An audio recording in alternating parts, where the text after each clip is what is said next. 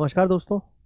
जैसे ही आपको पता है कि मैपिंग के क्वेश्चंस तो यूपीएससी में आते ही हैं, और जिस प्रकार से करंट अफेयर्स लगातार अपनी पकड़ बना रहा है यूपीएससी एग्जाम्स के ऊपर और पीसीएस एग्जाम्स के ऊपर, तो उसके अंदर 5 से 6 क्वेश्चंस मैपिंग के आते ही आते हैं।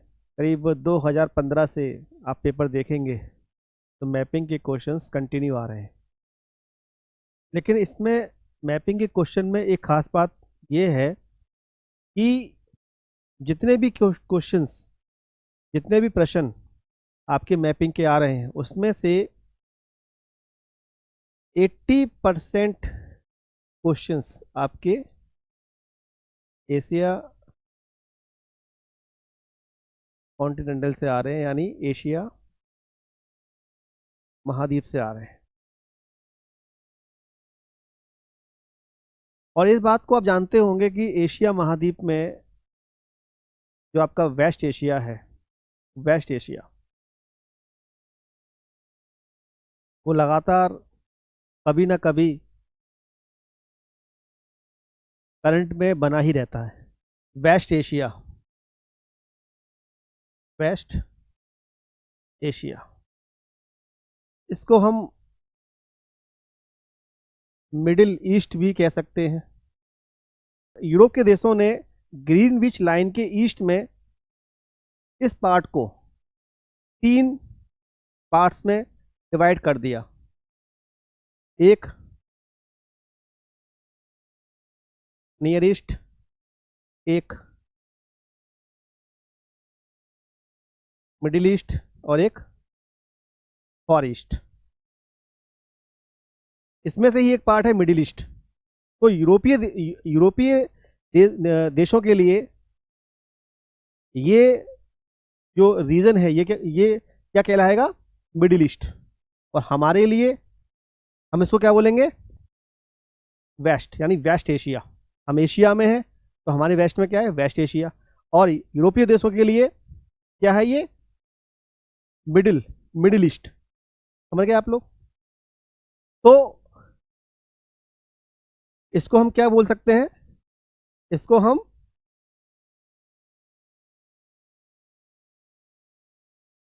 मिडिल ईस्ट और वेस्ट एशिया बोलते हैं। और ये क्षेत्र हमेशा ही करंट में बना रहता है। अभी आप देख रहे होंगे कि हमास और इसराइल का वॉर चल रहा है। वो मैं आपको हमास और इसराइल और पैलेस्टाइन का जो इशू है वो नेक्स्ट वीडियो में बताऊंगा। लेकिन अभी मैं जो वेस्ट एशिया है इसके बारे में मैं आज थोड़ा सा आपको ओवरव्यू दे दूं, फिर इसको हम पूरी तरीके से कंटिन्यू करेंगे आगे। अगर वेस्ट एशिया में अगर आप नज़र डालेंगे तो ये आप देखिए, आप चलिए एंटी क्लॉक वाइज चलेंगे तो आप स्टार्ट करेंगे ईरान से। किससे? ईरान। ठीक है। फिर आएगा ओमान, फिर यमन, फिर सऊदी अरेबिया। ठीक है। फिर यूएई और ये बहरीन। ठीक है। और बहरीन और यूएई के बीच में ही एक छोटा सा देश है, कतर। कतर। कतर नाम सुन के आपको ध्यान आया कि अभी अभी हाल ही के कुछ दिनों में कतर हाईलाइट में था, क्योंकि कतर ने कुछ इंडियंस सोल्जर्स को डेथ डेथ पेनल्टी दे दी है। तो कतर, हम पढ़ेंगे कतर के बारे में। इधर आता है कुवैत। क्या आता है? कुवैत। फिर हम बढ़ेंगे, ये इजिप्ट का एक पेनिनसुला है, इसको बोलते हैं सिनाई पेनिनसुला। और ये आपका जॉर्डन, ये लेबनान, ये साइप्रस, ये इज़राइल, और इधर ही छोटा सा पार्ट है ये वाला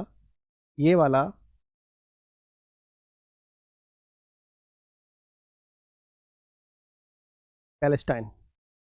और ये वाला है गाजा पट्टी। और इसी गाजा पट्टी पे आपका हमास हमास चल रहा है। समझ गए ना? ये बताऊंगा आपको इजराइल और पैलेस्टाइन और हमास के बारे में, नेक्स्ट वीडियो बताऊंगा आपको। फिर सीरिया और टर्की और आपका ईरान। आपने समझा? तो आप देखेंगे कि इसमें जो वेस्ट एशिया में कौन कौन से कंट्री आ रहे हैं। तो पहला आ रहा है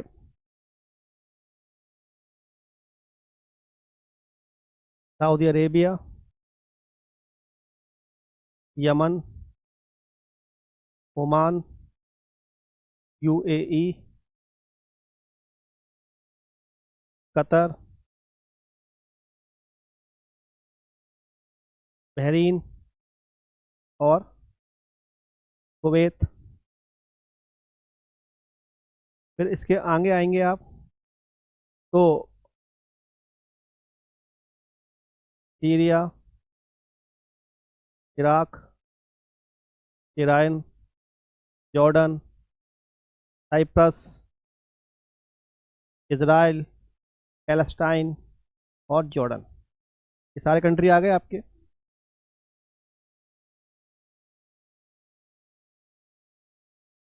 अब हमको ये देखना है कि इसमें मैपिंग करने से पहले, मैपिंग हम करेंगे तो हमें ये भी देखना होगा कि किसकी बाउंड्री किससे लग रही है। ये मैं बताऊंगा आपको आगे। अभी हम देखते हैं कि जो वेस्ट एशिया है, वेस्ट एशिया में हमने देख लिया कि कौन कौन से कंट्रीज हैं। अब हमको ये भी देखना है कि वेस्ट एशिया में जो वाटर बॉडी है वो कौन कौन सी है। देखिए मैं आपको बताऊं, ये रेड सी, फिर इधर आप इधर अरेबियन सी, इधर कैस्पियन सी, इधर ब्लैक सी, इधर मेडिटेरियन सी। ये भी आपको ध्यान रखना है कि कैस्पियन सी, अरेबियन सी। अगर हम क्लॉकवाइज देखेंगे, क्लॉकवाइज देखेंगे, एंटी क्लॉकवाइज देखेंगे तो कैस्पियन सी, अरेबियन सी, रेड सी, मेडिटेरियन सी, ब्लैक सी। ठीक है। अब आपने देखा होगा कि जैसे ईरान है, तो आपने देखा कि ईरान और सऊदी अरेबिया में हमेशा कन्फ्लिक्ट रहते हैं। ईरान और सऊदी अरेबिया। क्यों? क्योंकि जो ईरान है वो क्या है, शिया, और ये क्या है, सुन्नी। इन दोनों में ही आपस में टेंशन हमेशा रहती है। और ईरान ने क्या किया है कि ईरान ने यमन में क्या, यमन में हाउती, एक टेररिस्ट ग्रुप है, इसको सपोर्ट किया है। इसको ईरान ने यमन में हाउती को, और हाउती क्या है, शिया। ऐसे ही ईरान ने ऐसे ही ईरान ने ऐसे ही ईरान ने क्या किया है, लेबनान, लेबनान में है हिजबुल्ला, हिजबुल्ला। ये भी क्या है, शिया, इसको सपोर्ट किया है बैक से। और यही हिजबुल्ला किस पे अटैक कर रहा है, इजराइल पे। इधर से कौन कर रहा है, हमास। तो लेबनान जीरा, लेबनान जीरा आपका लेबनान। ठीक है।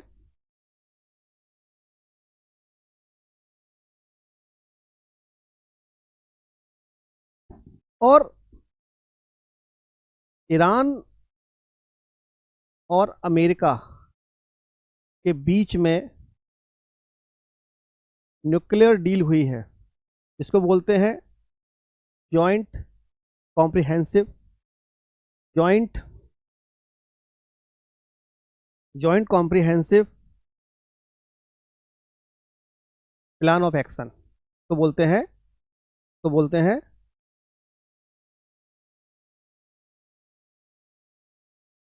जॉइंट कॉम्प्रिहेंसिव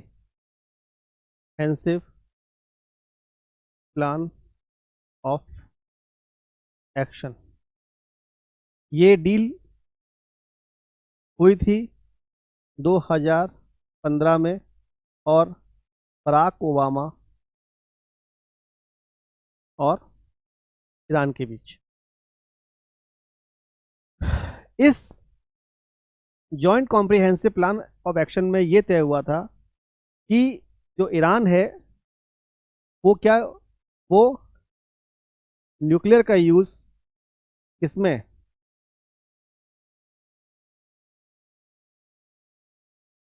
एटॉमिक एनर्जी में नहीं करेगा। समझ गए आप? इसी को लेके आपको जानना चाहिए कि MTCR, NPT, ठीक है, काटसा, ठीक है, और आपको joint comprehensive plan of action, ये सारे वर्ड आपको आने चाहिए। और इधर ही एक ग्रुप बना है I2U2, इसे हम क्या कहते हैं, इसे वेस्टर्न क्वाड भी कहते हैं। ठीक है, इसे क्या कहते हैं, वेस्टर्न क्वाड भी कहते हैं। यहीं पर एक ग्रुप बना हुआ है GCC,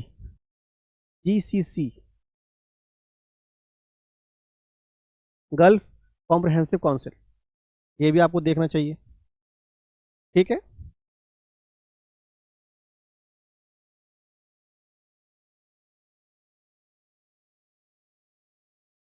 अब जो रेड सी है, जो रेड सी है,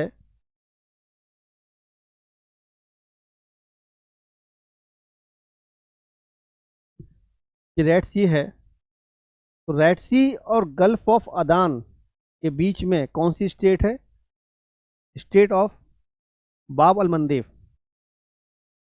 बाब अल मंदेब, ये आपको देखना चाहिए, ये इधर बाब अल मंदेब। अब स्टेट क्या होती है, जल संधि, यानी दो जो जल संधि, जो दो वाटर बॉडी को कनेक्ट करे और दो लैंड बॉडी को क्या करे, सेपरेट करे, उसे कहते हैं जल संधि। ऐसे ही पर्शियन गल्फ, पर्शियन गल्फ और आपका ये एक स्टेट है, इसे बोलते हैं state of Hormuz, state of Hormuz.